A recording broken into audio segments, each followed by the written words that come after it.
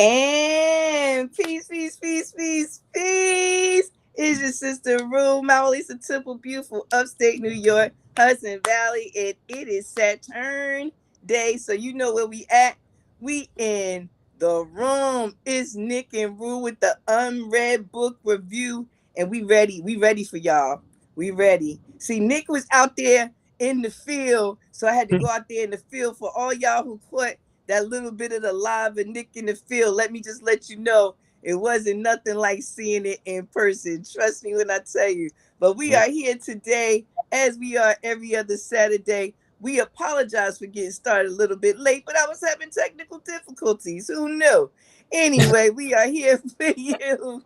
And I am your sister, Rue, and my brother Nick is here. Nick, I'm going to throw it on over to you. Do you see the sun shining? And it's been warm, so you know what it is. We're going to get in here, give these books, and we're going to get out in the sunshine. So tell us, Nick, how was your week? I know this is your week back from break. So were the kids crazy? Were you crazy? Tell me what's going on. How was your week, brother?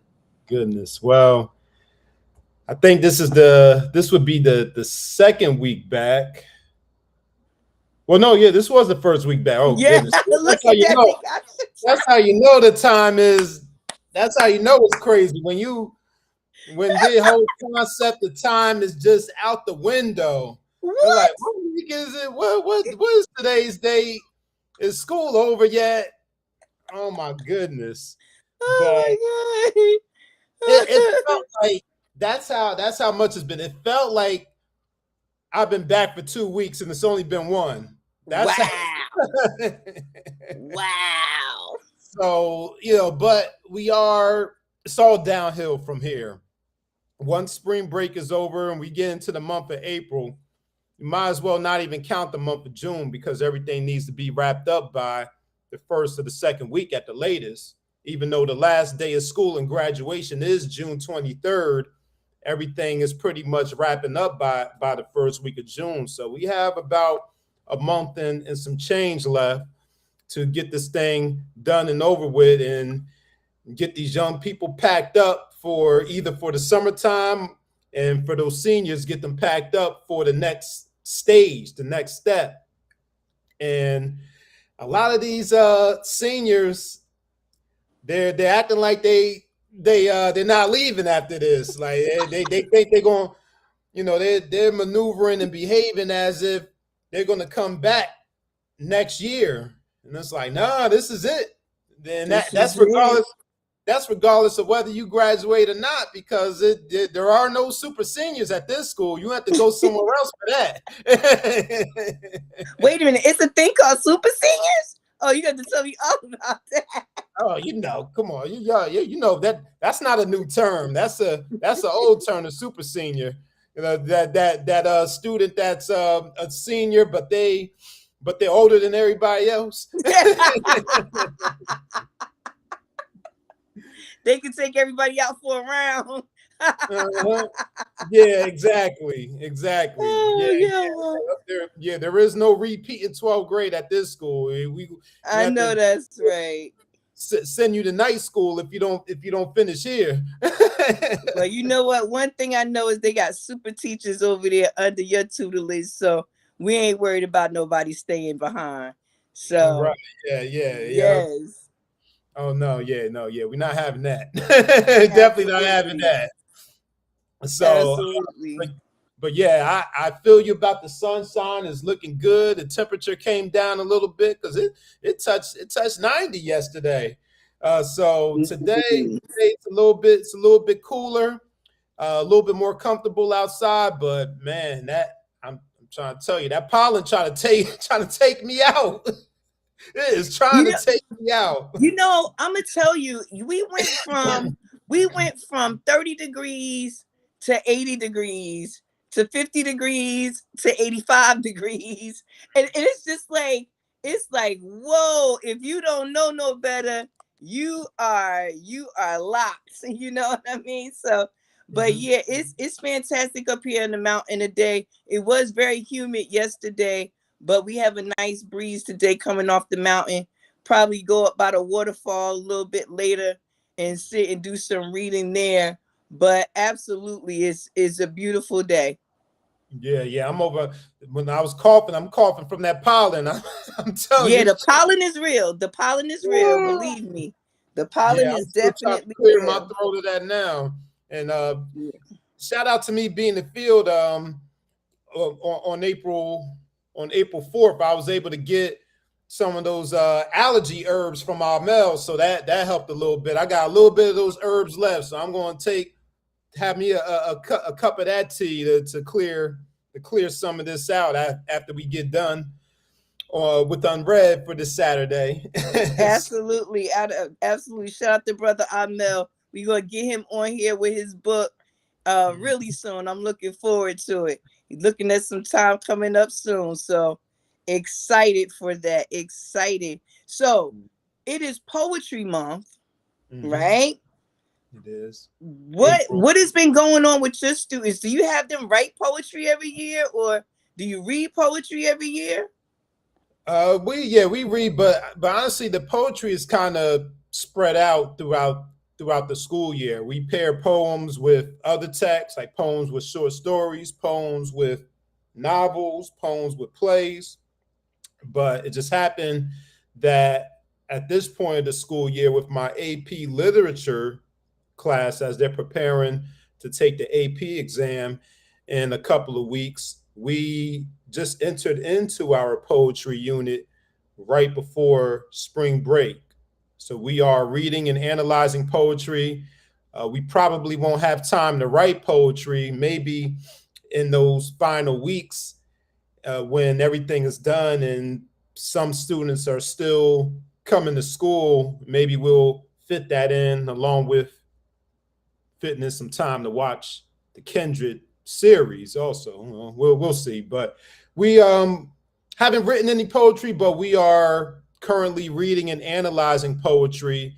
And I also accompanied a couple of students to a poetry workshop held by the Dodge Poetry Foundation in Newark, New Jersey, and I think there's another workshop coming up soon that I might attend if I'm available with another colleague and some of the students. Uh, and at those workshops, they do some discussion and some writing and some performing, but we haven't had the opportunity to write and perform in within my classroom. But definitely some reading and some discussion and some analyzing of poetry. Absolutely, that's wonderful. I think every year that we get to Poetry Month, we always kind of reminisce about our own poetry musings back in the day. I at one time thought I had a very deft hand at poetry, and then I realized, maybe I didn't. But it's one of those things where I think I've learned over the years, especially being, around people like yourself that teach these kind of classes and stuff, even at the, at the high school and the collegiate level. I think that what I've learned is that the freedom has to remain in your writing. You can't be writing, a lot of times, um, trying to please something or fit a box. If you're doing an assignment that says you need to do something, that fits the certain criteria, is one thing. But if you're sitting down free writing and you're having trouble, it's because you're just not letting your creativity flow. And because you want it to sound a certain way, or you want it to be like some poems you read before, or maybe heard before, or a certain style. But I found that in these last couple of years, especially doing this kind of work that we do in UnRead, that is so many types of poetry out there, and so many ways to express yourself with words, and poetry are words in motion. So as long as you can do words in motion, you are doing poetry. And I know that there's some poet out there that's like, what did she say? Yeah, I said it. I'm not a poet, but I said it. So get at me. Come at me. Come give me some poetry. Mm-hmm. But I Yep. don't know what you got for yourself this week, Nick. But I'm excited. As I said, y'all, we were out watching Nick live. The Refoul headquarters in Newark, New Jersey. If anybody has an opportunity to come out and support Refoul, come do so. Our elders there are amazing. The people they bring through there are amazing. It's some amazing workshops coming up. And yes, I'm using the word amazing because it continues to amaze me. I am in awe at the work that they get done with so little. You know what I mean? For an organization that has been going so long on so little, you know that it has to have a core and a foundation that is strong and mighty. And they are. So shout out to the Refill elders. I have spent a lot of time with them this week, and they actually influenced the book that I have for today, um, just in being in their presence. So I, though, am going to be so generous. And I'm going to let you go first because I want to hear what you got. I'm always anxious to hear what you got. And I know you have some actual poetry. I don't have poetry for us this week, but I have words in motion from our elders. So I'm excited about that. So, Nick, what you got for us? And shout out to everybody that's in the audience. Shout out, listen, we love you. We appreciate you. If this is your first time here, welcome. If this is you coming back, welcome back. Don't forget, submit your ideas for books, your titles, your books coming up, all of that, because we are here for you on UnRead. So take it away, Nick. I give it to you. All right. With that being said, I got to give a shout out to Numeralytics in the chat right Ah, now. Peace to Queen B. And we please, were, Phoebe. yeah, we still got to get her rescheduled. We were supposed to have her in May, On but the second, yeah. yeah, second. So we'll get you rescheduled so you can share your amazing elemental journals that you Yes, I got published. mine. Yeah. Yes. We both have our elemental journals. So we gotta Yes. know. So shout out to Queen B, Numeralytics. Also, we just launched Dreams, Dollars, and Destiny. So go and check Congratulations. that out. First, yeah, episode 1 just dropped this past Monday, I believe. Yeah, this past Monday. And episode 2 will be dropping this coming Monday. So definitely check that out. Everything is posted on our respective social media platforms, YouTube, and all of that.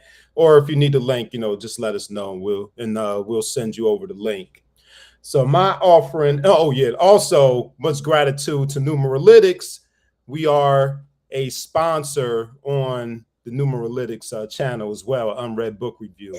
So I got I definitely. say, Yeah, yep. I so say, my offering, I'm bringing a poetry book for Poetry Month, and this is a book that I got some years ago, maybe back in maybe around 2018, 2019, maybe. And this poetry book was written by one of our, they used to call them credible messengers, one of the credible messengers that work with the young people in the previous school that I worked at. And he wrote this poetry book called The Poetic Side of a Man's Mind. And the author is Boris Franklin. So this is written by Boris Franklin. And just to give you some information about him, says Boris Franklin has been writing rap songs since he was 10 and is now putting his experience about his life into poetry. In 1990, Boris won a writing contest for his prize writing rap song on the importance of passing the high school proficiency test, taking top honors district wide. He continues to put his talent to work by poetic expressions. The poetic side of a man's mind is not only informative, but also entertaining. This seductively written guide will help you form a better relationship with the one you love, as well as with yourself. So that's what it says on the Oh, back of the book here. And this book was published in 2009 and is broken up into 10 parts. And each part deals with particular themes. So what I'll do is I'll read the introduction, and then maybe I'll pick out a couple of poems at random.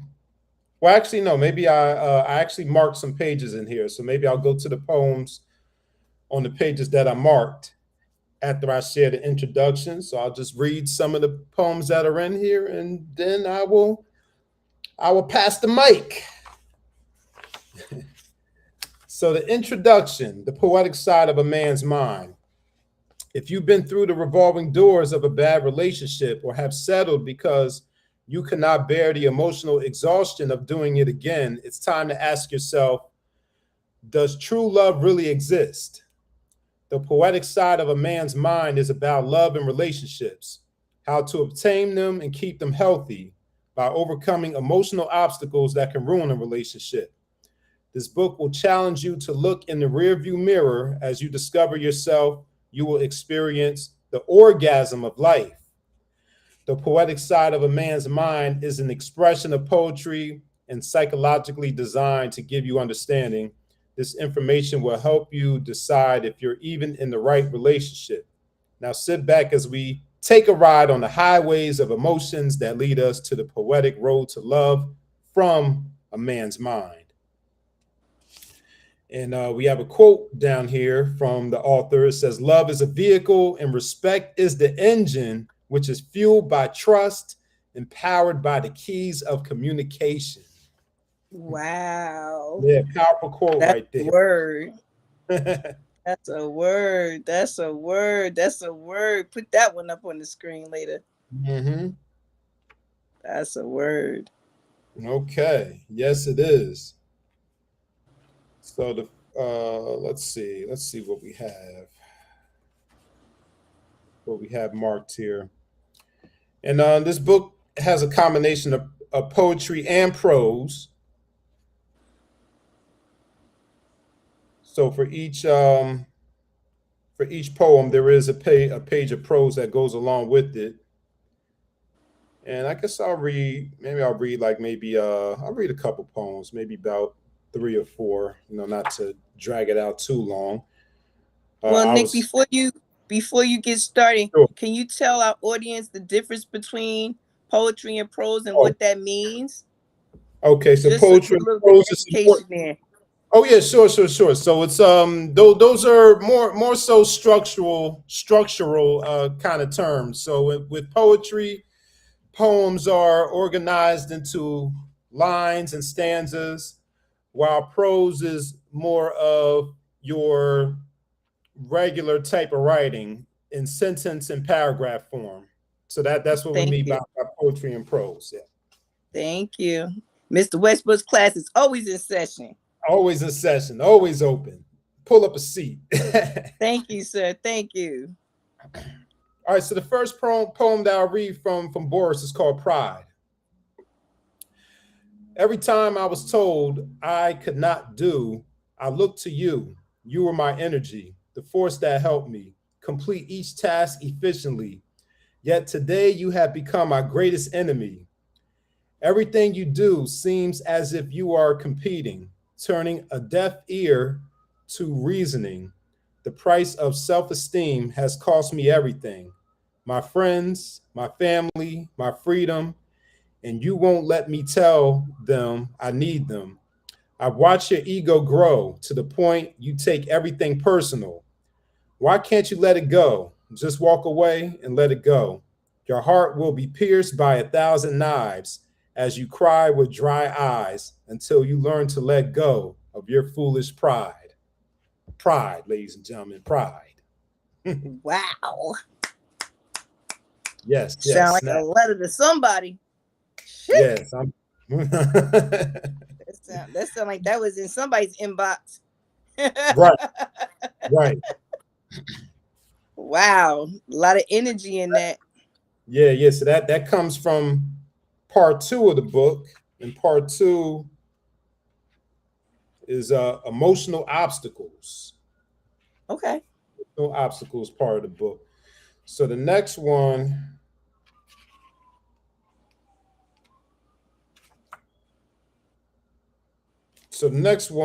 that I'll read is called, going to my dog-eared pages here. Now, I know you're probably going to ask me why I marked these poems, and I will be honest with you and tell you that I do not remember. I have no idea. Because I didn't write any I notes. love that. I I love didn't write that. any notes in here. And I I love it. didn't even dog ear the poem side of the page. I dog eared the page that followed it. So maybe I might have to read that page when I get some time to see what resonated with me on that page. But Okay.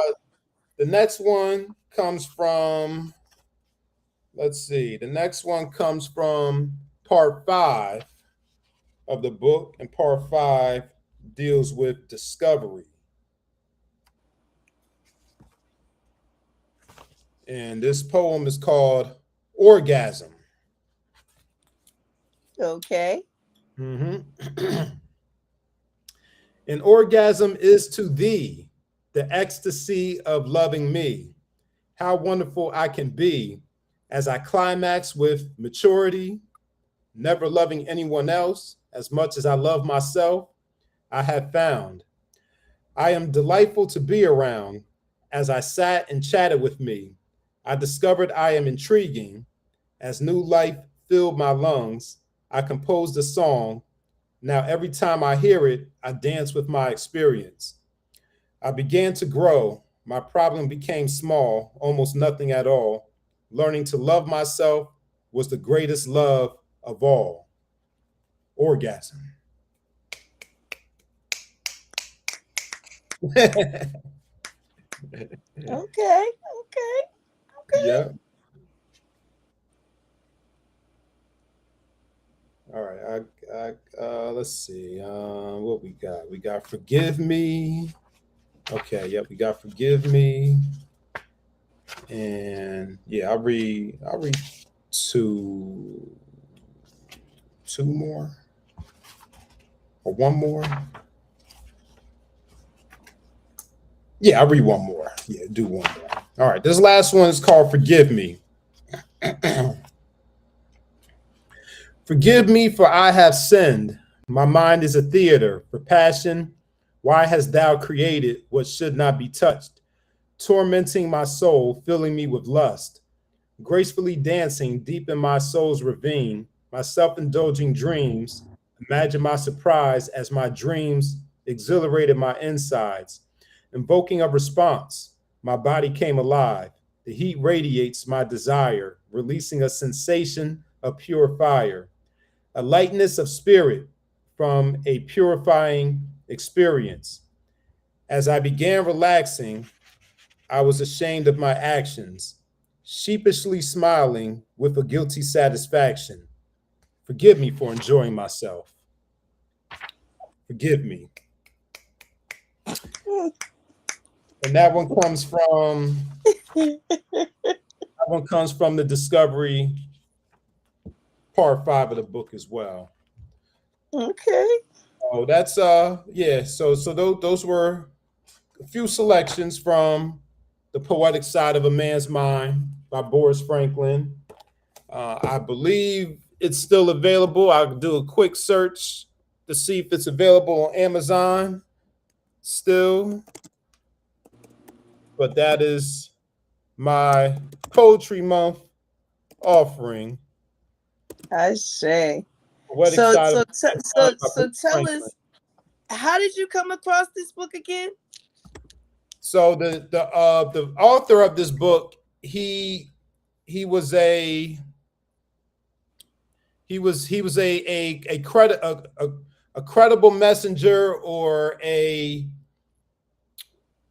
accountable teacher to accountable teacher or guide. Some people might use the word mentor, but he was an accountable teacher, guide, steward for our students several years ago at the previous school that I worked in. So we work with a population of students who it was an alternative education program. So we work with students who were overage and undercredited, students who've been through the juvenile justice system, students that might have behavioral or mental health challenges. So we work with that group of at promise youth, and we work with several community partners and organizations from the outside that would come in and just work with our students and talk to our students about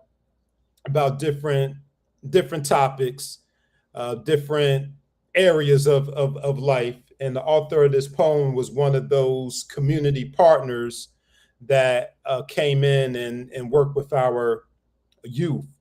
So when I found out that he wrote this book, I'm like, all right, I met this brother, work with them in the school, so I should go and purchase his book. I didn't get by the time I got the book, we were no longer working with him, so I didn't get a chance to give him some direct feedback on the book, or get the book signed by him.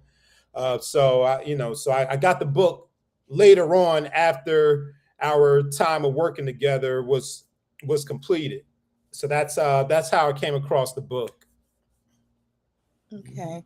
And you did say it was broken up into parts, and you read to us from 3 different parts. Can you tell us all the parts, please?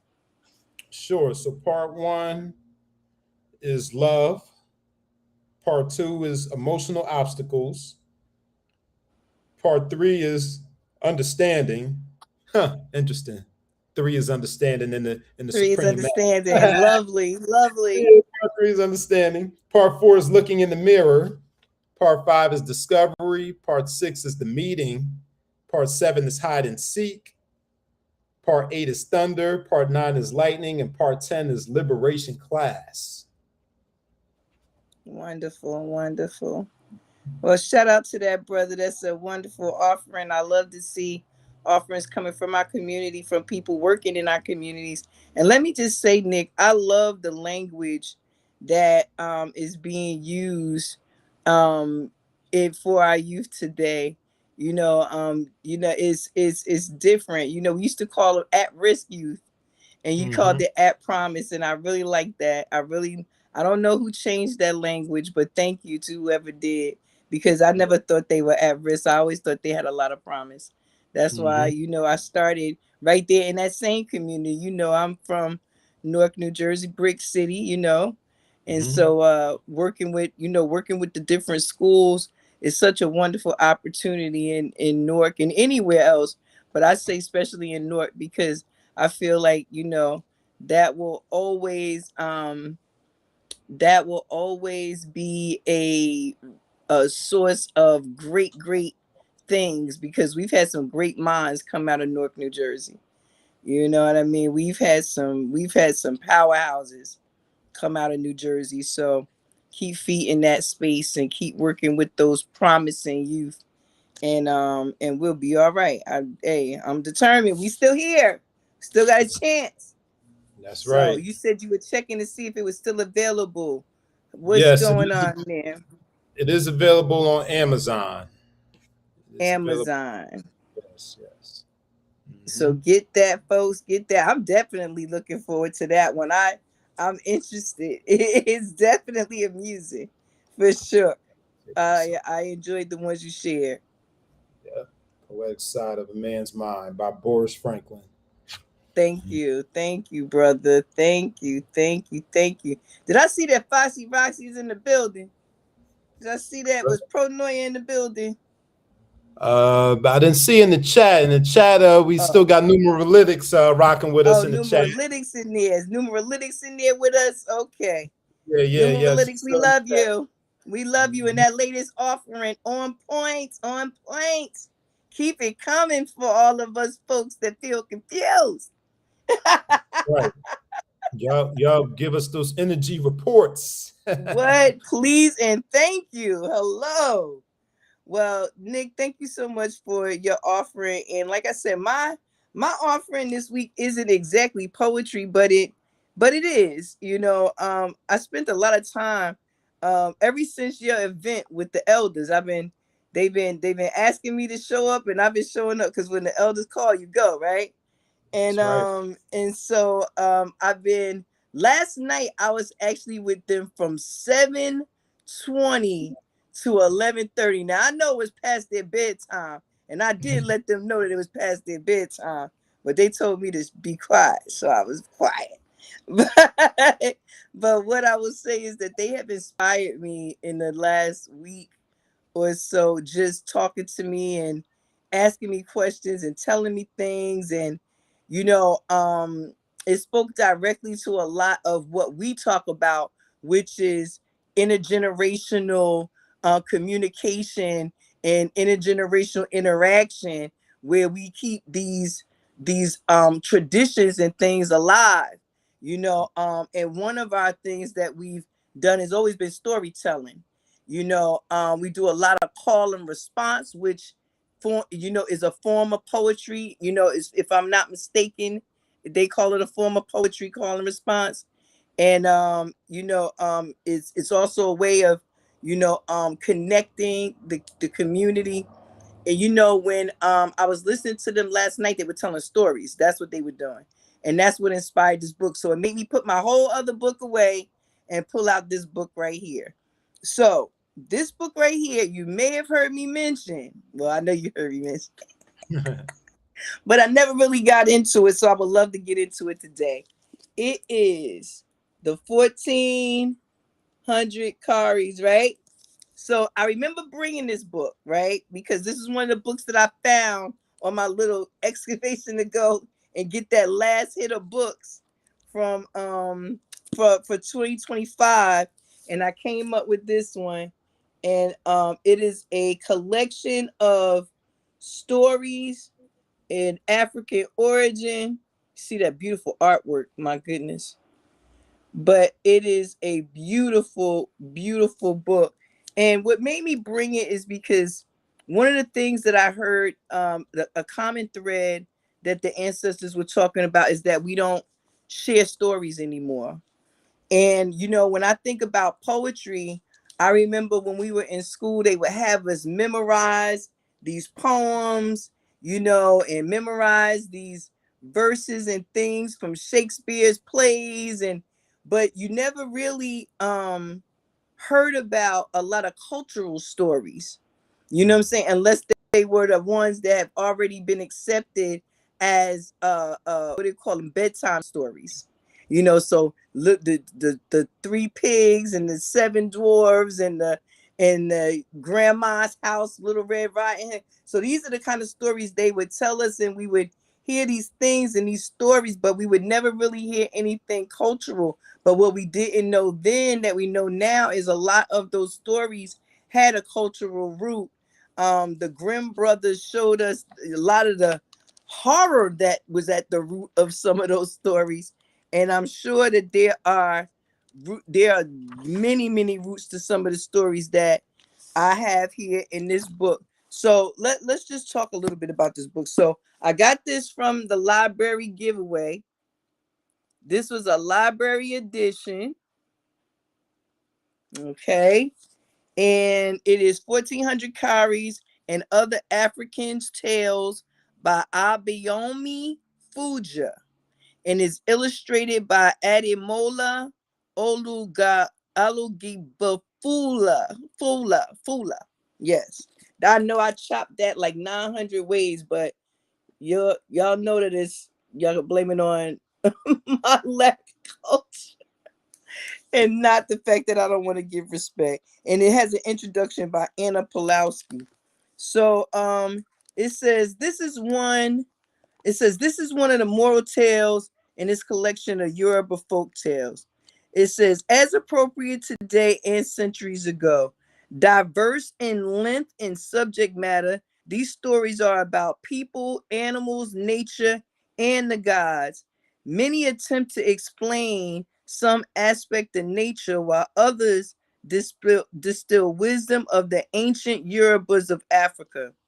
The collector of these tales wrote, these stories are traditional and are mostly connected with ancient beliefs. They were originally in verse and were recited by initiates and later told as folk stories by laymen. It is a custom among all Yoruba people to gather children together, especially on moonlit nights, and relate these stories to them. While the black and white, highly original illustrations by Dr. Adamola are a perfect expression of ancient African tradition, they are contemporary in tone and speak to today's young people. So I thought it was really interesting because a lot of it reads, some of them read like poems, and then others read like little stories. So there are several stories here, some really, really short, some long, not really long. I mean, I haven't found one that was over 3 pages. So not too long, 3 or 4 pages the most.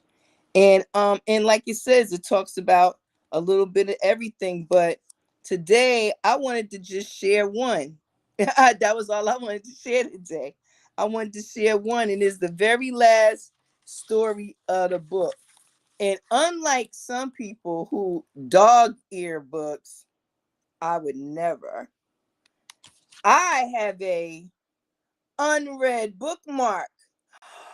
Do those exist? Yes, they exist. Y'all can get some. Y'all better call us and get these bookmarks. Bookmarks. All sizes, shapes, and colors. Yes, we do that. But today's share will be, like I said, the very last story. All right. And I want you to see the picture. I am going to get better at this picture showing thing one day, I promise. Okay, there we go. So that's the picture of the village, right? So, and I want you to listen closely, children, because it is a moonlit day. And we are going to share with you a little bit from our ancestors. And this is Old Boone's sacrifice. So remember, they said that a lot of these stories were dedicated to nature, to the gods, to the spirits, talked about a little bit about everything. So we're going to talk about a frog. It says, very long ago, there was a frog who possessed a very powerful juju. One day, he went to the market and hid under the tree and began to sing. Beautiful nuts, beautiful nuts. Your place is in the farm, but here in the market, you are here being prepared for food. Yes, my food. I come to market with juju, and all you people who sell nuts will run away, and I shall eat. Sure enough, as he sang his song, everybody ran away, leaving their goods behind, for they were unable to combat the frog's juju. Then the frog helped himself to what he wanted and departed. The frog did this many times, always with the same results.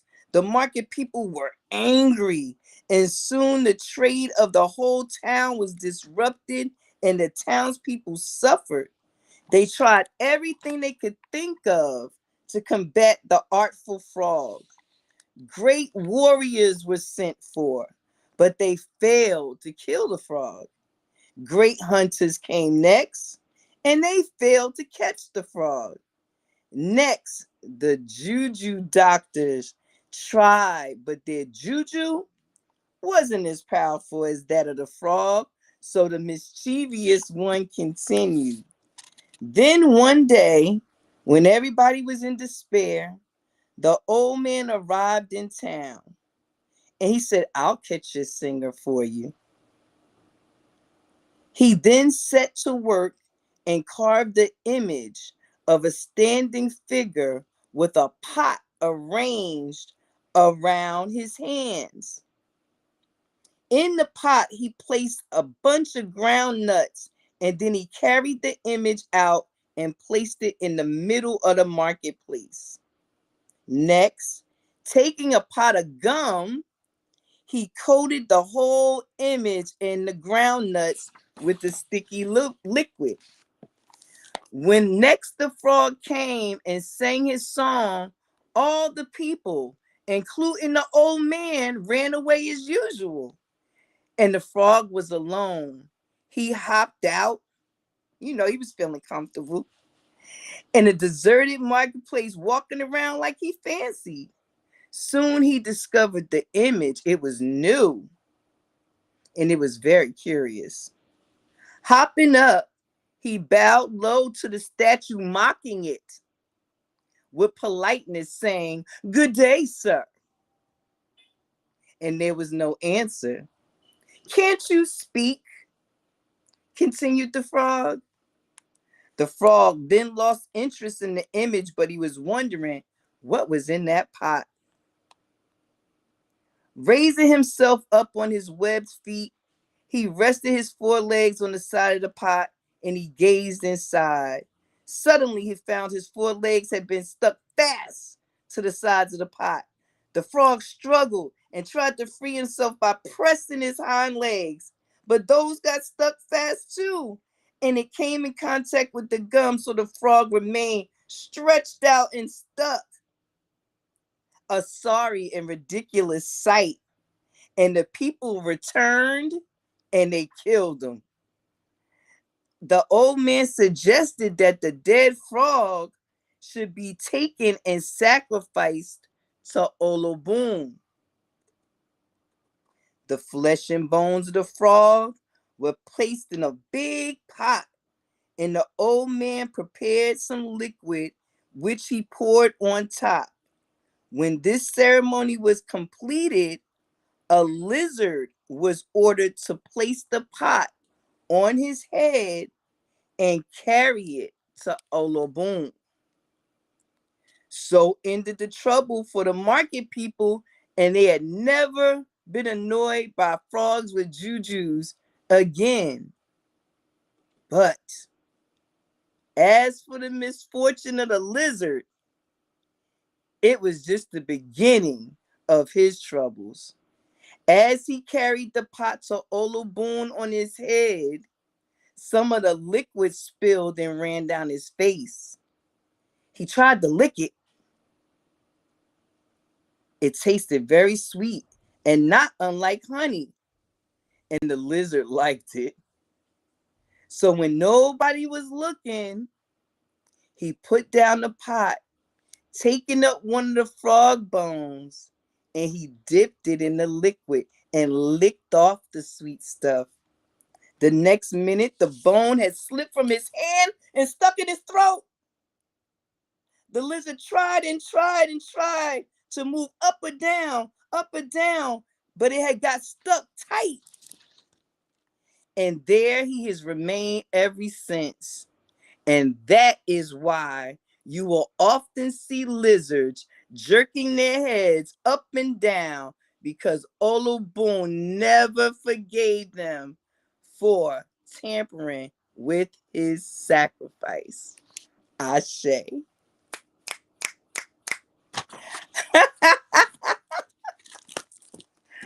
1400 carries, y'all.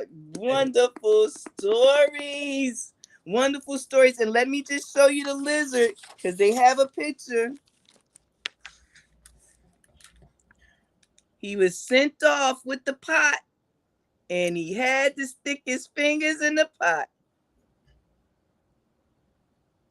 There we go. So, yes, that is my offering for today. I love these stories.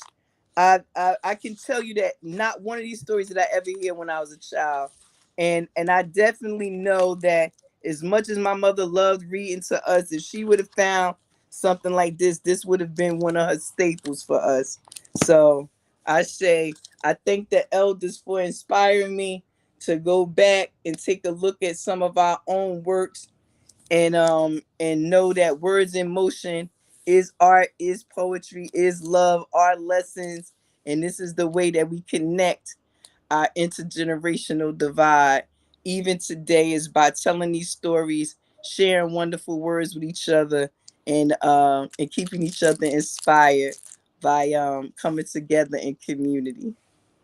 Yeah, So that is so, yeah, that is so beautiful right there. The beautiful offering, beautiful selection, story that you chose to share from that one. So you said you only wanted to share one. So of course we all want to know. We're all curious. What was it about that story that you was like, okay, this is going to be the one that I'm going to share, that I'm going to offer on UnRead today? thank you for asking that. Well, I thought it was a beautiful short story. I love a little story with a little bit of in it, and him getting stuck to the pot was just too funny for me because he got comfortable, and I think that was one of the things that it showed me is that sometimes people get comfortable in doing their stuff, their shenanigans, not realizing that they're being seen and they've been seen, and that eventually, all things catch up with us. I think that was one of the things for me. It gets sticky. Um, but more than that was the story of the lizard. The story of the lizard, a lot of times in uh the bedtime stories that we get read, everything always works out in the end. It's always, and they lived happily ever after. And they lived happily ever after. Well, at the end of this one, the townspeople, they did live happily ever after. They didn't have any more frogs come back and steal their ground nuts. And so that was no longer a thing that they came with these frogs with the juju, which I thought that was kind of impressive too, that these frogs had their own juju, which is a whole nother story to itself, right? But I love how the story ended, but another one began. You know, their problem was over, but the problems for the lizard had just begun. And the lizard had just entered the film, just entered the party. So for him to be given one job, that's all he had was one job. He had one job, man. Take this pot over here and put it down. Mm. You just had to look in the pot, had to taste the pot. And I think that speaks to so many things. And it makes me tickle because I can remember times when I've been asked to do just one thing, and I do some extra and get And then, myself jammed up, yeah, and then, and get myself jammed up. But it also spoke to me about we're always taught forgiveness, that we have to, forgiveness looks this certain way. And Olobun left this lizard with a physical reminder, not only for himself, but for all of his descendants forever and ever, with this jerking in the neck up and down about this bone stuck in his throat. So it, as we as adults and as humans, we think about some of the things that we do, and in Retire Your Family Karma, we talk about these habits that we have, or these ticks, or these other things. And I really thought to myself, I said, I wonder if the lizards was like, I wonder why our heads is always going up. And if anybody would have been able to track that back to their ancestor, like there was a story about our ancestor, the lizard, who, and it just, I don't know, it opens a world of imagination, something that just, is so not promoted, as much as it could be. That story can go anywhere. And that's where it made me think about. I said, I wonder if those lizards ever wondered why their neck go up and down. If they now think about it, because you're dealing with people who let you know that the stories, we see that the frog had juju.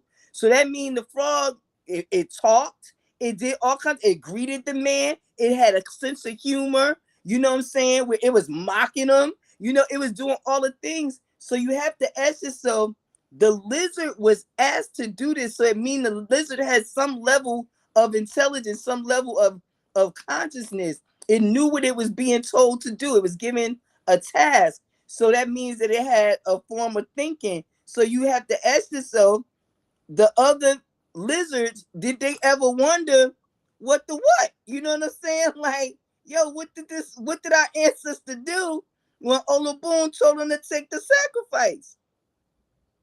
And how is it still affecting us? Because if you look at lizards, even right now, they up and down. So I Yeah. don't know. Maybe it's just the child in me has been so present lately, and I guess that comes from sitting at the feet of the elders. You get to just put down your adult stuff for a minute and be a child again, and they've allowed that.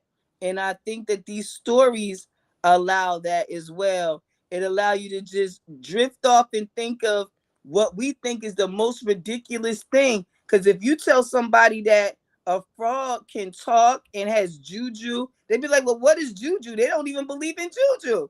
So it's a whole new world in this book for a young person who has no connection to their culture. And I mean, the Yoruba culture is rich, you know what I mean, with these kind of stories and others. And these are just short African tales. I'm sure they are they are more elaborate. You know what I'm saying?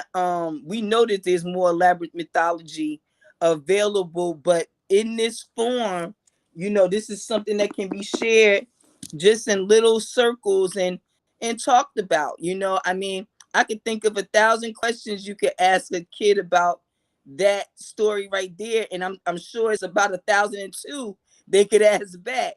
So yeah, that was the reason I picked that one. It just made me chuckle and made me think about what the other lizards thought about. Like, man, you had one job. Like, That's like what's up? somebody in your family just messing it up for everybody. Like, dude, Olaboon trusted you. Olaboon trusted you, and you messed it up for our whole lineage. Like, you just messed it up for everybody because you wanted something sweet. The same thing that just trapped the frog. Why we make it. The frog is the proof. You eating with his bones. So that this guy has some bad business with it. So I don't know. It's just, the kid in me is what made me choose it. The child in me. Because it Yeah. definitely was a very entertaining story. Yeah, and that's an excellent reminder for all of us adults out there to return to that childlike state, that youthful state. Um, Mm-hmm. because, I mean, well, for one, that it maintains the youthfulness and the joy that we had as children, and that curiosity and that wonder. And then also, these stories let you know, or they remind you that the lessons that were taught in the children's stories are still relevant to us now. We go to American literature, and what I've taught in my classroom, I've done this with my high school students. This was in the curriculum, but we read Aesop's fables, some of Aesop's fables. And I would like to share the definition of a fable. Yes, Definition of a please. fable. It's a short story, typically with animals as characters, conveying a moral. A concise fictional story, often using talking animals, plants, or inanimate objects, that teaches a clear moral lesson, usually about human behavior or societal virtues. Absolutely. So And these, you know that ties in? yes, because in just what, 2 days from now, we will be having part 2 of Unmasking Morality. Absolutely. Yeah. You know that's where I was going with it. Being Yes. trusted. Think about the lessons in that. Stealing, being Mhm. trusted, community coming together to try to find solutions.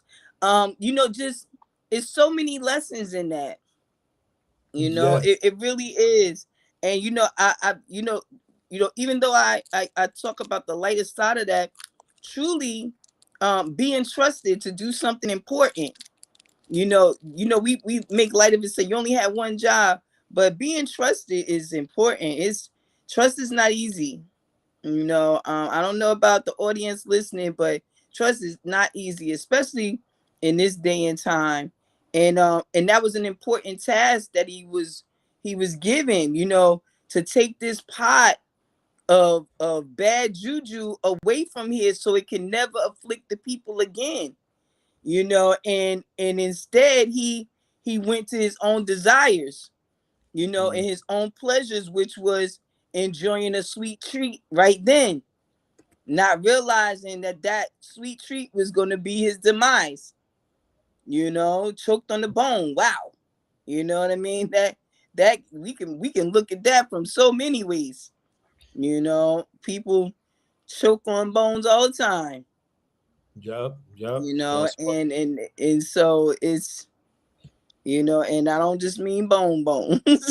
Mhm. Right. Right. Right. Right. We mean the Exactly. bones, the Hmm. moral bones, right? So yes, like Exactly. you said, we will be gathering, on the 20th, most I willing, at 7 p.m. on Zoom, talk about unmasking morality. We're gonna be talking about some of the same stuff, y'all. Talking Mm. about these morals, talking about getting humanity back on the right foot, uplifting fallen humanity. That's what we all about.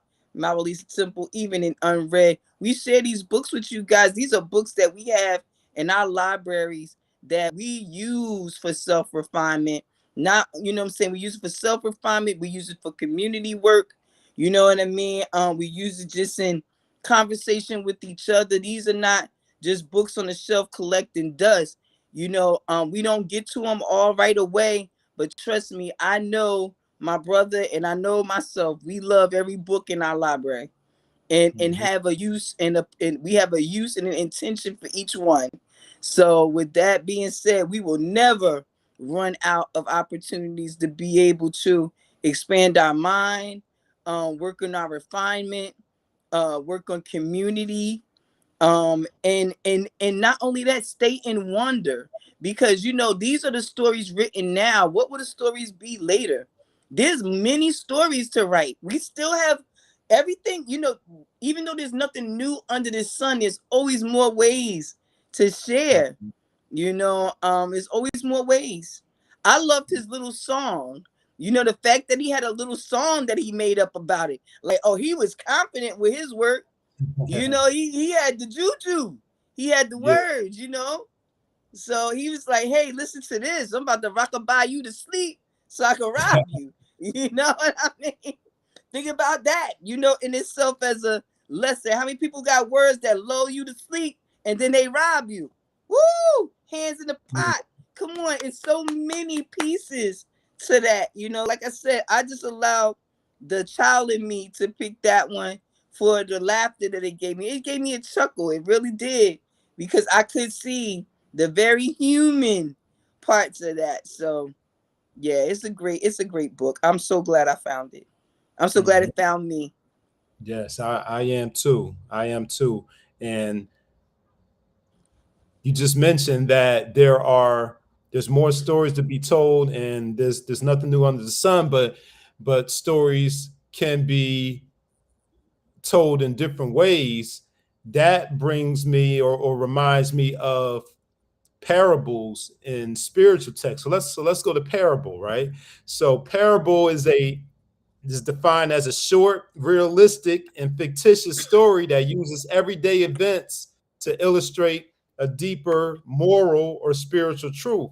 So fables, on one hand, fables use are more childlike. They use talking animals and plants, while parables, those might use humans and have a more explicit spiritual teaching, while fables have more of a implicit or underlying spiritual teaching. But they're similar in that sense that you're learning some type of moral lesson or truth, but the lesson might be the same lesson, but it's a little bit more accessible and simplified in the fable, but the impact and the significance of the message is just as prominent and just as important as the parable, the parable that you might find in the Bible,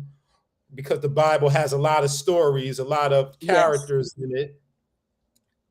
So the lessons in those stories in the Bible are the same as the lessons that you find in the child fables, and it just further demonstrates that these lessons are not only universal, but they follow us over time, and we need to be reminded of these lessons, because these lessons show up in different ways for us in our day-to-day lives too, as the years progress. So it may look different, it may come in a different form, but its essence and its root is still the same. Right. I really appreciate you, sharing that connection to that, because it is important. And when I said there's stories still to be told, in different ways, because like you said, these stories carry us across different cultures, different languages, different peoples from different lands. And but again, it comes back to teach us a moral in every one of these stories. And so, you know um moving forward, or should I say, looking back and moving forward, one can ask yourself, why do these stories survive? They survive because apparently we need reminders to check ourselves morally. And that's why we do Unmasking Morality. This is why we start with Human Rights Week, because we start with our rights. We start with what we think about ourselves. We think about these things, and then we think about our moral compass. These stories sometimes call into question your own moral compass just while you reading and entertaining yourself. You might not say out loud, I wonder, do I steal? Or I wonder, do I stick my hand in the pot? But hearing this story, what I'm saying, it may trigger something in you to really look at yourselves. And I think, again, we use these stories for self-refinement. And part of self-refinement is self-reflection. And self-reflection, part of that is self-direction and redirection, assessing where you are. A lot of us don't even know what our moral standing is. We let some stuff fly, and then we lock some other stuff down, and some stuff we'll close a blind eye to, and some stuff we participate in with eyes wide shut. You feel me? So my thing is, it's never to criticize or condemn anyone, or to nah, look at you. It's never that. Is this is not new.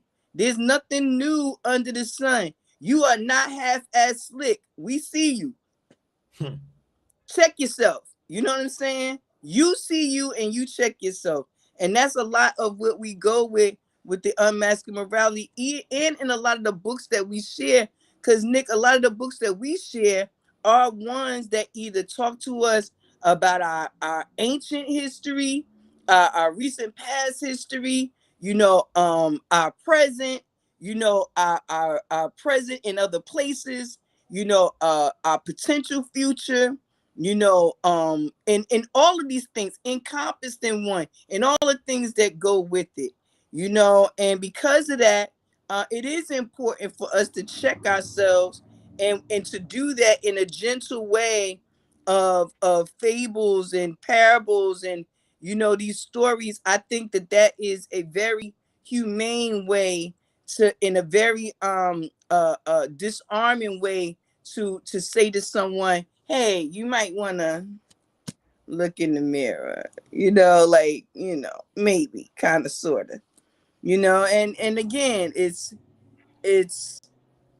about where you want to be. I really have found that out. Like, if you're okay with being the lizard, be the lizard.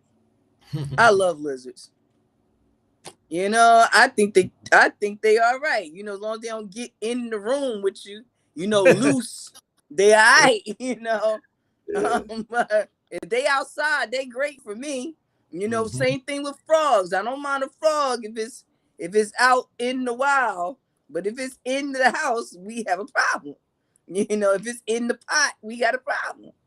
But yeah, I think we, like I said, I leaned more towards the childlike aspect in choosing my story today, but surely in the back of my mind is our upcoming talks on morality, our continued talks on morality, and sharing stories, and again, like I said, intergenerational connection that allows us to get out of some of these negative loops that we seem to be repeating.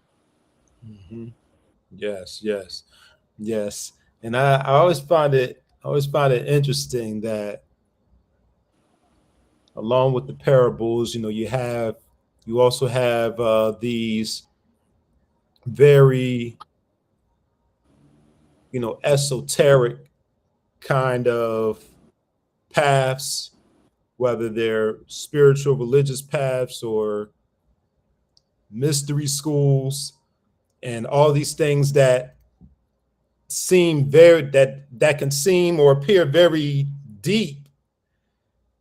They always end up at some point bringing you back to refinement, and that's the common thread between all of those things. Whether you're a child reading the fable, you're reading a religious or a spiritual text, or you're going through some type of initiation, like like some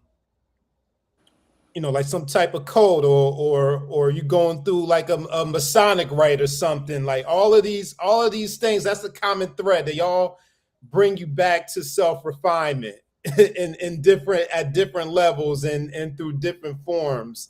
So I just love that. I love that it all goes back to refinement, and it lets you know that no matter how educated or how quote unquote deep you become, you should never abandon the refinement aspect of self development. Absolutely. I definitely couldn't have said that better myself, Nick. It's this work is so great. It's so amazing, and so fulfilling. You know, um Everything you said was right on point, and I mentioned that there's a lot of contents here, but I want to just take a couple of titles and show you just how on point you are. This Some of these stories, they are so, like, just, you want to read me because it's a story inside here. The story of the stranger and the traveler. Come Hmm. on. We know the stranger, we know the traveler, right? Mm-hmm. The Beautiful Girl and the Fish, The Mm. Sad Story of the Tadpole, The Funeral of the Hyena's Mother. Think about a hyena. A hyena is always laughing, but it Mm-hmm. sounds like they're crying. And we're talking about like, it's going to be it's a story here. It's a Mm-hmm. story here, and I don't know about anybody listening, but for me, I know in my family we did not talk about funerals at all. You didn't know what it was until you was going to one. You know what I mean? That's when you figured out, oh, and you still didn't know what it really was. So here's a story telling you something about funerals, and the next one is talking about taking a sacrifice to heaven. And then it tells you something about a wrestling contest between a cat and a tortoise.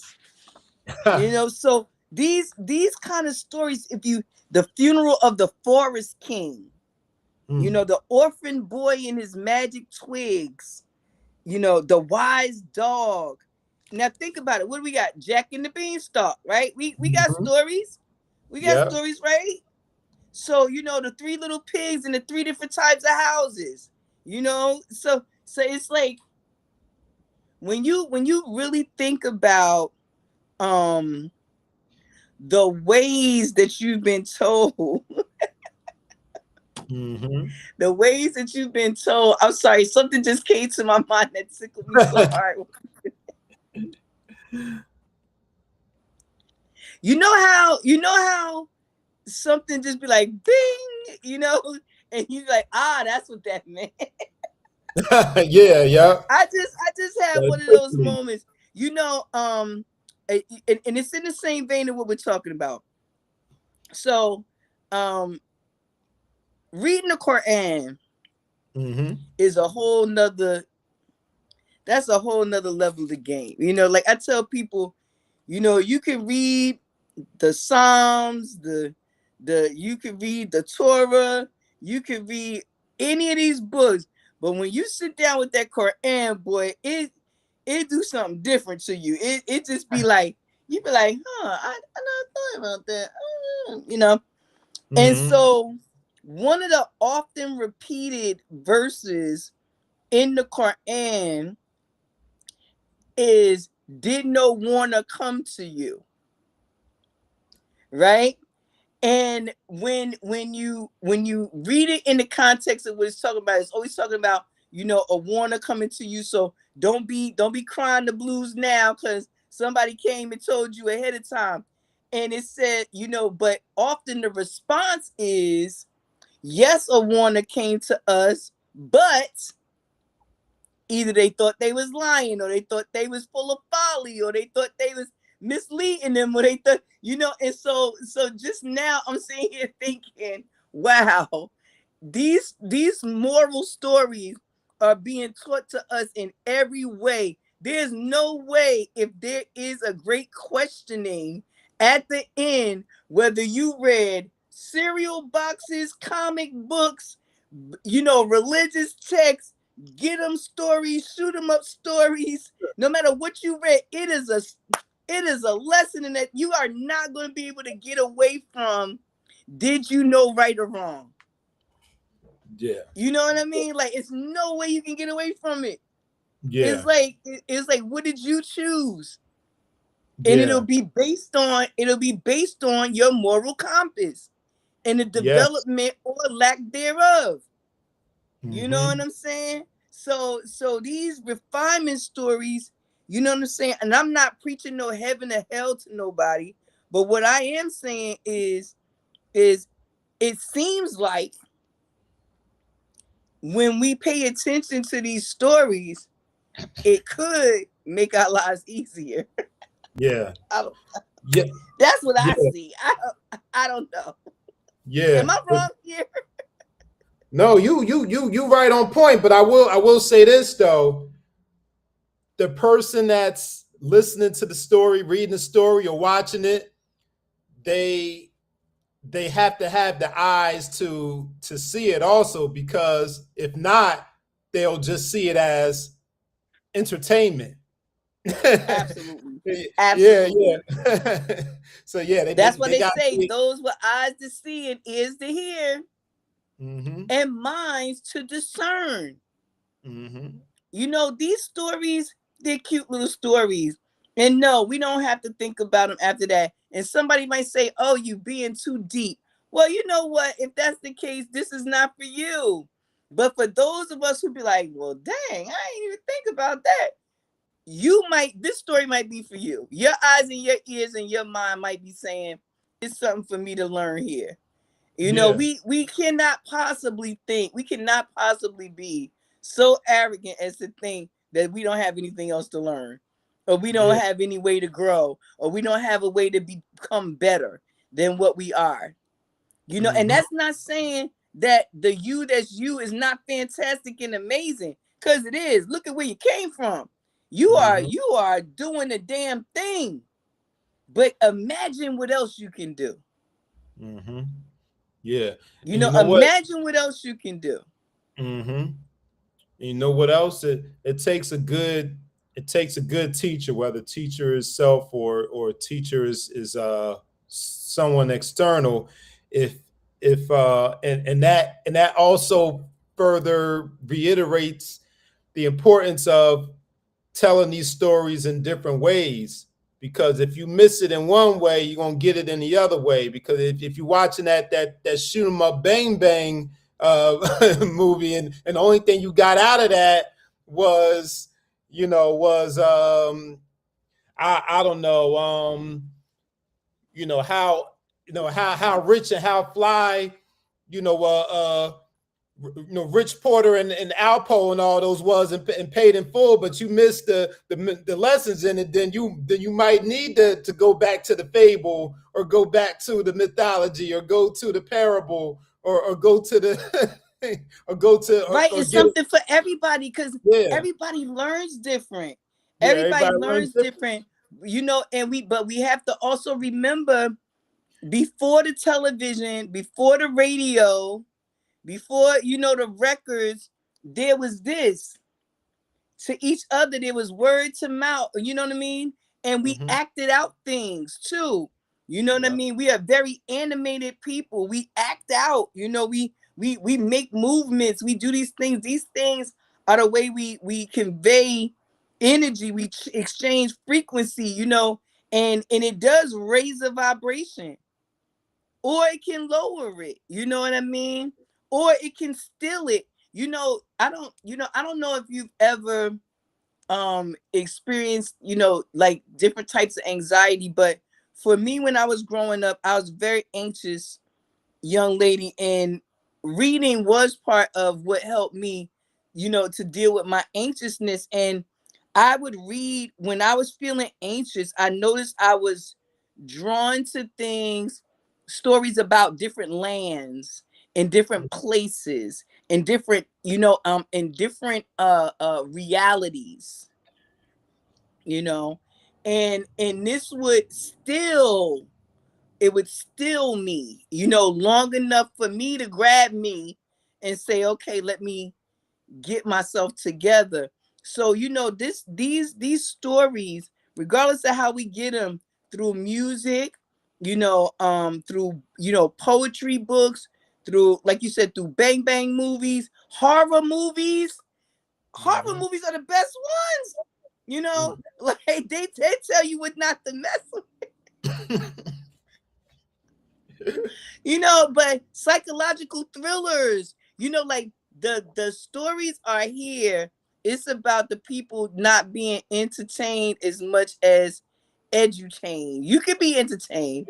It's nothing wrong with being entertained. But if you get something out of it, that's a blessing too. But one of the things I learned one of the messages that I received today, direct message I received today, is everything don't have to be a lesson. Sometimes you just watch it. It's like, oh, okay, that's what sometimes you just a witness. Yeah. Sometimes you just a witness. That's it. You ain't nothing else but the witness. It talks about that. It talks about that in those parables, in prose and different stories that we have over the cultures through religion and history and all that. Sometimes you just did observe, you know. Mm-hmm. So, and those are the people that write the stories, right? Yeah, they are. While sometimes it's the people that's in it write the stories. Sometimes the observers watch the story because they have a different POV. That's right. So it's important, whether you are part of it or not, know that you can have a part of it. Mm-hmm. So I don't know. It's all love for me because it's something to be said about evolving, Mm. you know, and seeing the evolution. You know, it's something to be said about that. It's something to be said about that. And it's something to feel, you know, I don't know about everybody else, but it's something to feel good about for me. You know, you don't feel like you control very many things in this world, but the one thing you can always control is yourself. Well, should be able to. That's So, right. you know, these things for me are things that show me that I've been doing the work of Mm. self-refinement and uplifting fallen humanity through giving of myself freely and sharing, you know, my lessons along the way. And these stories, these parables, these myths, these fables, all these things are part of it. And so I'm grateful to be able to share on Unread every 2 weeks with our beautiful, beautiful viewers, you know, and with each other, because again, we always we come across a bunch of books we don't have. I was thinking to myself, your collection and my collection together might be a small library branch. Oh yeah, Might be a small oh, library branch. absolutely.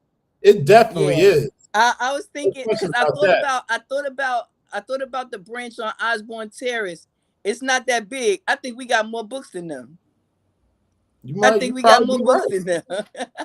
You probably right. You know what You I are mean? probably So right. if we add in a couple of our other companions, oh, we got them on lock. Oh yeah, yeah, We for got them sure. on lock. We got them on lock. We got Sure. a pretty nice collection going on because I've never heard of that book that you offered today, and I definitely want it. Yeah, yeah. You know what? I have a nice. That's the thing about my library, my collection. I have a balance of well known, like mainstream kind of books, and then also your well, I won't say local because local is um is subjective to wherever you live, but you know your lesser known independent kind of Yes. authors. So I have those books from those big publishing houses, those big name authors, those New York Times bestsellers, and then you also have your local. I have my local authors that publish their book independently and everything in between. So Right. yeah, yeah, And yeah, they're all just as important. They're all absolutely. just as important. And I love having all of them on my shelf. You know, I have quite a few of independent artists, you know, independent writers in my collection. You know, when I was in charge of bringing authors into the book company that I worked for at one time, my job was to bring the authors in for book signings. And so I got to get a lot of first edition books, get them signed, meet the authors, and so I have some works that are one-time works, never heard from the artist again. Can't even find them when you look for them. It's a couple of books I actually wanted to bring on Unread, and I was like, how cool would it be if I could find the authors? Can't find them one place or another, just disappeared. Wrote a book and disappeared, but their book Mhm. is here forever and ever. That's You right. know, and so for all my people listening, write those books. And I'm talking Mhm. to myself first, you know, so write those books, people, write those books. And we have folks that'll come on here and tell you how to do it because what, Yep. Nick? We are connected to some of the best new authors and up and coming authors in our Yeah. community, in our time. And we are grateful that they trust us with their valuable works. And so, for all our sisters and brothers that'll be coming on with their books soon, we look forward to talking to you not only about your book, but also your process. And you can encourage the people to write theirs as well, because it's Mhm. all about us sharing with each other in this beautiful space. So, Nick, if you don't have nothing else, I don't have nothing else. And hey, I think it was another great episode of UnRead. What do you think? Oh, absolutely. I'm in full agreement with that. I mean, Yes, yes. have we ever had a not excellent unread? You know what? I can think of the one where I was falling asleep. But that was your fault because you was reading too good. It was like, it just felt like I should be laying down, taking a nap. But but nah, I agree. I think we've had some wonderful episodes, and we've been doing this strong now. We've been Yes, we've been yeah. we've been sticking in there, and we really I know I really enjoy bringing these books, and I know that when Nick and I talk, we talk about how much joy we get from Yeah. being in this space. So thank you everyone for continuing to allow us to share our passion, our love, our joy with you. Yeah, yeah, maybe, yeah. You know what? Yeah, we have been rocking for a while, and you know what? Maybe we should do something special for episode 50 because we're this is episode 42 right here. So maybe we should do something for episode 50. You know, maybe do a Oh giveaway or yeah. something. Oh, we got to think of something cool to do. I don't know if anybody got any suggestions. Y'all tell us what you think we should do for episode 50. Maybe we Yeah, should put that out there. Ask our viewers what they want to see. If yeah, they yeah, if they got some favorites. But I think we could come up with something pretty special. yeah, yeah. Maybe do another giveaway. Ooh, we haven't done one of those. Yes. Let's Yeah, see. Oh, yeah, we're gonna think about that. We're gonna yeah. think about that one. How long we got to episode 50? This Couple is about yeah. This is 42 right here. okay, we got a little bit. So Yeah. all of you viewers, hey, lock in, subscribe, put that little notification thing on. Hey, so you know what we doing. We get that giveaway away. It's a wrap. We love giving stuff away. So I'm sure we're gonna come up with something exciting for Mm. episode 50. It's gonna be cool. Look at that. We getting up here. I love Yeah. it. I love it. I love it. Well, Nick, don't you have some things coming up soon? Why don't you tell the people what you got going on so we can get some support going, keep it moving. Sure, sure. So episode 2 of Dreams, Dollars, and Destiny, that drops on Monday. But it's a pre-recorded episode dropping on Monday. So you don't have to watch it when it drops because you should be at Unmasking Morality at that time. So come to Unmasking Morality on Zoom, and then you can go to Dreams, Dollars, and Destinies and watch episode 2. So we Yes, got both of those yes. both of those coming up on Monday, and honestly, that might be it for now. I don't have my date for my May appearance for Pranoia yet, but that's either going to be the 2nd or the 9th. So yeah, but just keep a lookout for that, and I'll be recording Miss Robinson's room tomorrow, so so look out for that when that drops. Another numerology Okay. offering interview there, Very but nice. I think that's about it.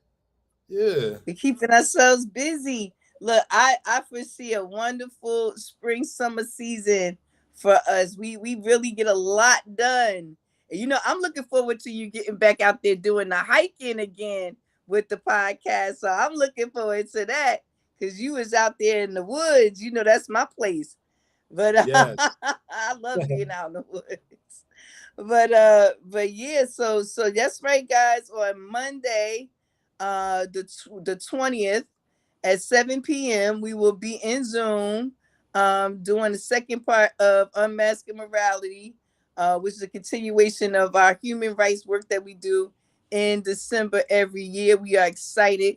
This is how we close out that series with these 4 episodes for Unmasking Morality. We talk about all things morals, values, principles, etc. Again, not a place to shame, a place to grow. So, looking forward to seeing you guys there. If you need that information, please go to either one of our pages. We both have that Zoom information available for you. And you can always DM us and we'll be glad to send you a link over. So, with that being said, I am your sister Roo, Mawulisatemple, beautiful upstate New York, Hudson Valley. This has been another beautiful episode of UnRead. I brought 1400 Cowries and other African tales. Nick is brought Nick gave me a book there, Nick, because I can't read the whole title from over here. Oh, the poetic side. Wait, what's this called again? The poetic side The of a poetic man's mind. of a man. No, because I know his name is Boris, but I didn't want to mess up the last name. Oh yeah, Franklin. Yeah. Okay, Boris Franklin. Okay, so that information for those books will be below. And thank you so much for joining us again, Nick. You can take us on out of here. All right, we'll see you on the next episode. I think the next episode, do we have one more for April? Let me see. Well, no more for April. So yeah, next time you see us, it'll be a new month. So yeah, we'll see you in May 2nd for the next episode of UnRead Book Review with Nick and Roo. Yes. Till next time, y'all. Peace. Peace.